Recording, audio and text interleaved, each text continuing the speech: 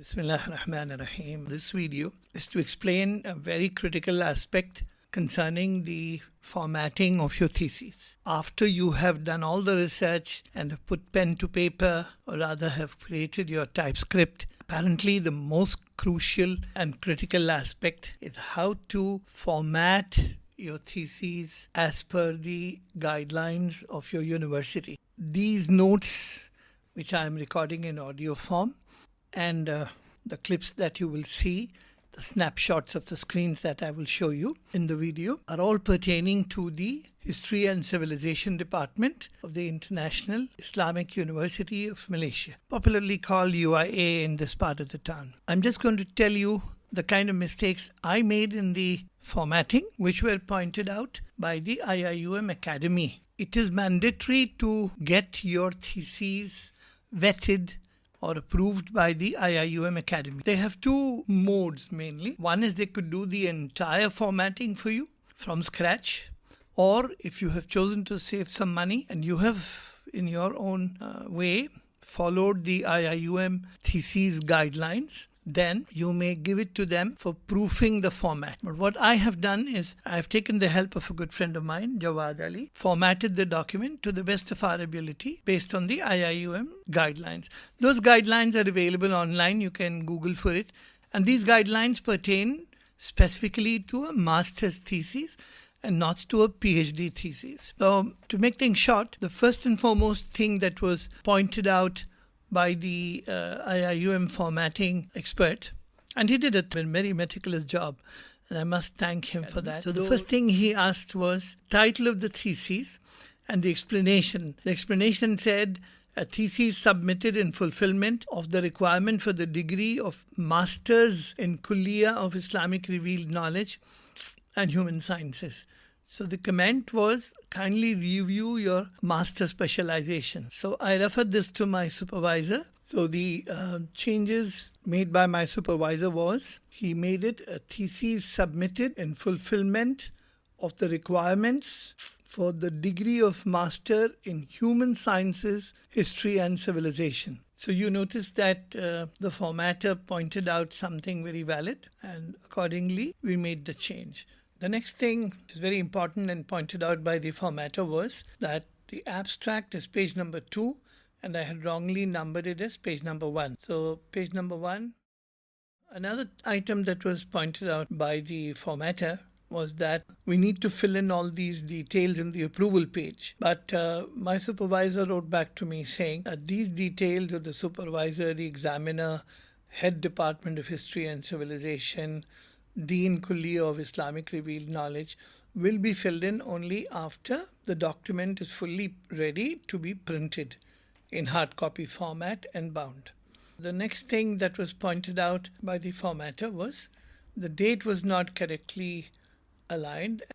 Here you see it says kindly review this setup. So the best thing to do in all these matters is to look up the IIUM thesis guidelines, and you will notice exactly how it should be done. I will show you some screenshots of the IIUM thesis guidelines for you to understand. Now, the table of contents is one of the most intriguing and one of the most difficult things to do, in my opinion. I don't know, other people may have found it easy, because normally the table of content is automatically created. But what happens when you create the table of contents from the actual contents that you have, and based on your heading styles, you will notice that a lot of things that are expected of you by the IIUM guidelines are not being followed. For example, you will notice that the abstract, Khulasa Bahas, the Arabic abstract, etc., they come spaced out and they come in a different format. But you'll have to manually go and make the changes. The same applies to the other parts of the contents page, the table of contents page. So let me spend some time now in explaining a few things. But before I go there, the formatter pointed out that the Khulasa Bahas in Arabic must not be there. Sorry, the formatter said that the Khulasa Bahas, or rather the abstract in Arabic, is not listed in the table of contents. I subsequently listed it, because I went by the advice of a friend who said that no, the Arabic abstract should not be listed. So anyway, based on what this formatter said, I have, you will notice that he said that abstract in Arabic is missing, and also setup is not up to IIUM format guidelines. You see, as per the IIUM formatting guidelines, the screenshot which is before you, you will notice that after the initial chapters, you're supposed to have one line space, and then the chapter heading. There will be no space after chapter. I see in the guidelines that there is no space to the chapter heading. All of them must be in full caps, by the way. You see, this is the IIUM guidelines. First level heading is always in caps, and the second level heading must be in sentence case, and the second level heading must be indented by 1.2 centimeters. So the tricky part is that when you format all these leaders, the dots that we talk about, they are not visible. I am trying to find a way of adding the dots automatically, because if I do it manually, it's very time consuming. You know what I mean by dots is, let's say 1.1 introduction, and then it's followed by introduction followed by so many dots. Heading level 2 is indented 1.2 centimeters. Heading level 3 is indented by 2 centimeters. Notice here it's 2 centimeters. Let's go back to the other observations. Based on the advice, I have made all the appendices in full caps. Let's see the guidelines, what it says. Appendix 1. It looks like it's in bold here. So why should I not make it in bold? The comments by the formatter was that give captions to each appendix and also place them under appendices, bold, while keeping rest of the appendix no bold capitalized each word. But if I go by the guidelines show Appendix 1, Appendix 2, Appendix 3 as bold, and I don't have a heading here called Appendices. So I've referred this matter to the formatter, and let's see what he has to say. This is a quick view of the Thesis guidelines. It tells you how to format everything, what space should be left from the bottom, between the page number and the bottom, and how much should be the margin on the left, how much should be the margin on the right, how much should be the bottom margin on the top, etc. So those are things that you will do when you start your TypeScript. So generally you don't make an error in that. This is depending on the kind of course you are doing. If you're doing law, then you'll have case numbers and other stuff, and if you have some abbreviations, this is how you should display that. Now, this is where it starts explaining exactly how your main body should come. Here comes the chapter heading, the first level heading, which is the chapter heading. There should be a double space in between, and from the heading of the chapter 1, that is the from the first level heading to the second level heading, there should be a 4 single spaces gap. I'll tell you how to create that gap as well. Don't ever use the enter key.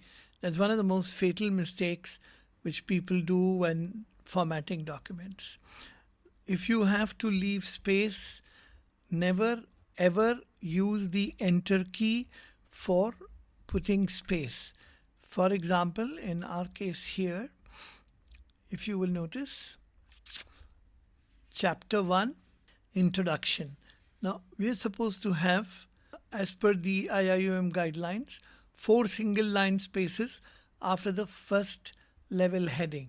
So let's see whether there are 4 single line spaces. Yes, this is how you do it. You go to line spacing, you choose multiple, and you enter at 4. So there are 4 single line spaces here without the need to press the enter key or the carriage return key. Again, one mistake I had made was to put a dot after the chapter numbers, like 1.1. I had added another point. That was my mistake. And the advice was that not to use the point, and I've removed the point. That's a time-consuming thing. So it's better to, follow these guidelines in the beginning so you don't make all those one step forward, two step back mistakes. Here too the rule is that the first line of a new paragraph after the heading is not indented. But subsequent paragraphs, the first line must be indented. And in my case, the indent was not uniform. In some places it was 1.2, in some places it was 1.27. So now we are following this first line indent of 1.27 for all the paragraphs. So this was another valid point that was pointed out by the formatter. The other point that the formatter pointed out is that any quotations must not be within quotes. It should just be indented and left like that. While indenting, it's important to notice you indent by 1.2 centimeters on both sides, both left and right, unlike the other paragraphs. And there should be a single line space between these two paragraphs here. So let's see the next comment. Line of a paragraph that starts after a caption is not indented, but all subsequent paragraphs are indented, and you must cross-check to ensure that the indenting is 1.27 centimeters, which is, by the way, the default formatter. The next observation was, and this was a very valid observation, for some reason, chapter 2, the page dimensions were different.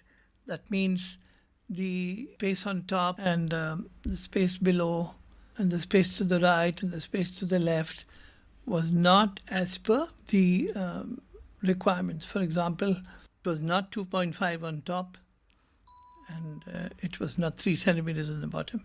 So I selected the section and I changed the dimensions accordingly.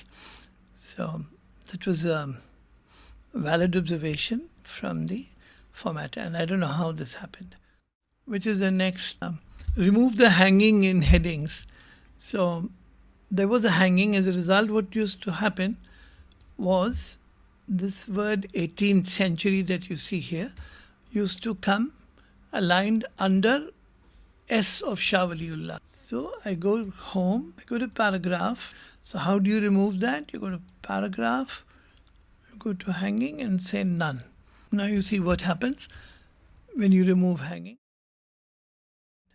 So let's see the next comment. In headings, especially in third level headings, not all the words must be capitalized. Not all the words must start with a capital. But if there are some words, for example, which are important, significant, then the first letter of those words must be capitals. So let me repeat. Now, in third level headings, all words need not start with a capital. But if there are some significant words, they must start with a capital letter. I did a translation of a poem in English, a poem from Urdu in English, and the advice was, and it was in italics, and then the formatter advised that it should not be in italics, it should be in normal font. And I've done it in normal font, but I still don't know whether centering it like it is here is the right thing to do or not. Now this was one of the last few comments. It says that before Appendix 1, you make heading as appendices.